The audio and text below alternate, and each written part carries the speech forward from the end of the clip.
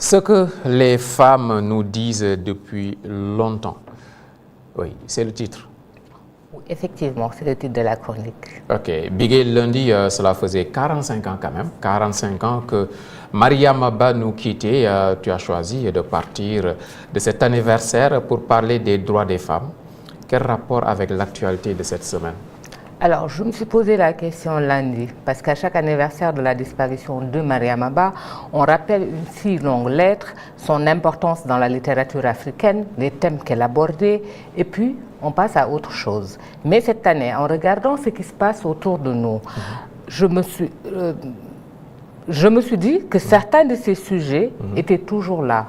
Le mariage, la place des femmes, le rapport au corps, la liberté de choisir sa vie. Et cette semaine au Mali, des hommes prennent encore la parole autour de l'excision. Alors forcément, j'ai pensé à une autre femme, Awa Thiam. Oui, parce qu'elle avait déjà travaillé sur ces questions. J'ai découvert Awa Thiam grâce à l'autrice Ndeye Fatou Kane.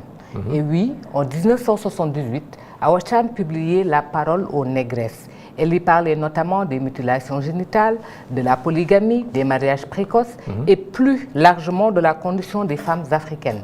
Alors, quand on entend encore aujourd'hui certains débats sur l'excision, on se dit quand même qu'il y a des sujets qui traversent les générations. Des femmes africaines en parlent depuis des décennies et ce qui me frappe, c'est qu'on a parfois avancé beaucoup plus vite sur les mots que sur certaines réalités. Aujourd'hui, on parle de violences faites aux femmes, de violences basées sur le genre, de consentement, de droits reproductifs ou de droits tout simplement. Mais sur certaines questions, le débat de fond ressemble encore beaucoup à celui qui existait il y a plusieurs décennies. Oui, et dans le cas de l'excision, qu'est-ce qui vous paraît encore aussi difficile à faire entendre? Déjà qu'il s'agit d'une violence faite aux femmes et aux filles. Et derrière cette pratique, il y a une question très simple. Qui décide de ce qui arrive au corps d'un enfant? Lorsqu'il s'agit d'une petite fille, elle n'est évidemment pas en mesure de donner son consentement. Elle ne choisit ni la tradition familiale, ni la communauté dans laquelle elle naît. Et pourtant, c'est son corps qui est concerné. C'est là que se trouve pour moi le cœur du problème. Et je ne pense pas qu'il faille pour autant réduire cette question à une opposition entre la tradition et les droits des femmes. Une tradition n'est pas intouchable et les droits des femmes, une tradition n'est pas intouchable parce que simplement elle est ancienne. Elle peut être aussi interrogée, discutée et parfois abandonnée quand elle porte atteinte aux droits d'une personne. Et je trouve intéressant qu'Awa Thiam ait osé interroger cette pratique à une époque où il était beaucoup plus difficile pour une femme africaine de porter cette parole publiquement. Aujourd'hui, les femmes sont beaucoup plus nombreuses à parler. Encore faut-il qu'on écoute ce qu'elles disent. Et au Sénégal, cette question de la parole des femmes revient aussi avec la revendication autour du féminicide. Effectivement, depuis plusieurs mois, des féministes sénégalaises demandent que le féminicide soit reconnu. Et il y a parfois un malentendu sur ce qu'elles demandent.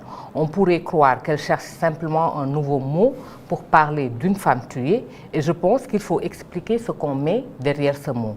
Un féminicide, ce n'est pas simplement une femme qui est tuée, c'est une femme tuée parce qu'elle est une femme, dans un contexte où son genre intervient dans le crime. Dans les féminicides dits intimes, ça peut être lié au contrôle, à la possession, au refus d'accepter qu'une femme parte ou décide pour elle-même, tout simplement. Parler de féminicide nous oblige à regarder ce qui s'est passé avant le meurtre. Il peut y avoir des violences, des menaces, du contrôle. Une femme peut être surveillée, empêchée de sortir, de voir certaines personnes, de disposer de son propre argent. Et après, il y a les coups. Et dans certaines situations, le moment où elle décide de partir, justement, c'est là où elle devient le plus exposée. Donc, quand une femme dit qu'elle a peur d'un homme, qu'il soit son conjoint ou son ex, il faut prendre cette peur au sérieux. Il faut regarder ce qu'elle a déjà subi, mais aussi ce qui peut se passer maintenant. Est-ce qu'elle est en sécurité? Est-ce qu'elle peut partir sans se mettre en danger? C'est aussi comme ça qu'on peut prévenir certains drames. Oui, mais un homme qui tue sa femme peut être déjà poursuivi pour meurtre ou assassinat. Une reconnaissance du féminicide, qu'est-ce que ça changerait? Je pense que cela permettrait déjà de regarder ce meurtre autrement. Nommer un phénomène permet de mieux le documenter, de regarder les circonstances dans lesquelles ces crimes surviennent, comme je l'ai dit tout à l'heure, de voir ce qui avait été signalé avant et de réfléchir au dispositif de protection. Il y a aussi la question du traitement médiatique, parce que lorsqu'on parle de crimes passionnels, on raconte déjà une histoire. On imagine un homme emporté par ses sentiments, comme si la passion expliquait le passage à l'acte, alors que s'il y avait avant le meurtre du contrôle, des menaces ou tout simplement des violences, on passe à côté d'une partie essentielle de l'histoire. Justement, Big Bob, sur les médias. Sur les médias, est-ce qu'on a encore de mauvaises habitudes dans la manière de raconter ces affaires? Effectivement, le traitement médiatique pose problème. Quand on écrit drame familial, par exemple, on place l'affaire dans la sphère privée. Quand on parle de crime passionnel, on insiste sur l'émotion de l'auteur. Et quand une femme est tuée parce qu'elle voulait quitter son conjoint, cette information quand même dit quelque chose du rapport de pouvoir dans lequel elle se trouvait.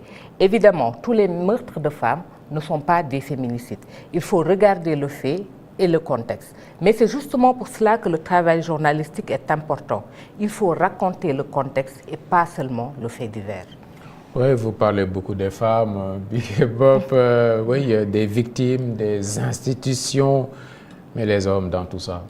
Ils ont leur place dans ce combat et il faut aussi le dire. Il y a des hommes qui s'engagent contre l'excision, qui accompagnent des femmes victimes de violences, qui travaillent sur ces questions-là. Mais il faut aussi regarder ce qu'on apprend aux garçons. Qu'est-ce qu'on leur dit quand une femme dit non? Qu'est-ce qu'on leur apprend sur l'autorité, sur la jalousie, sur le couple? Parce qu'un garçon qui grandit avec l'idée qu'un homme doit décider et qu'une femme doit suivre, ne peut, dans ses relations, en fait, mettre l'égalité au devant. Et ça commence bien avant le premier couple. Bien avant le premier couple. Oui, et finalement, quand on revient à Mariama Ba, qu'est-ce qui vous reste de tout cela? Les mots ont changé, mais certaines questions sont toujours là. Mariama Ba écrivait sur la liberté des femmes. Awa Thiam dénonçait déjà des violences qui touchent encore des filles et des femmes. Aujourd'hui, d'autres femmes demandent que les violences conjugales soient mieux prises en compte, que les féminicides soient reconnus et que les survivantes soient protégées. Entre-temps, beaucoup de choses ont changé. Heureusement, les femmes ont pris leur place dans l'école, l'université, le monde professionnel, la politique, les médias. Elles ont aussi pris la parole. Et pourtant, elles continuent de nous dire ce qu'elles vivent. Depuis Mariama Ba, depuis Awa Thiam, depuis toutes celles qui ont pris la parole avant elles ou après elles, il y a une chose que nous ne pouvons plus dire. Nous ne savions pas. Aujourd'hui, nous savons. La question, c'est ce que nous allons en faire. Big Bob, des pubs du journal Enquête, c'était son billet. Nous sommes jeudi. Féminicide, ça vous interpelle, vous politiques, vous en parlez?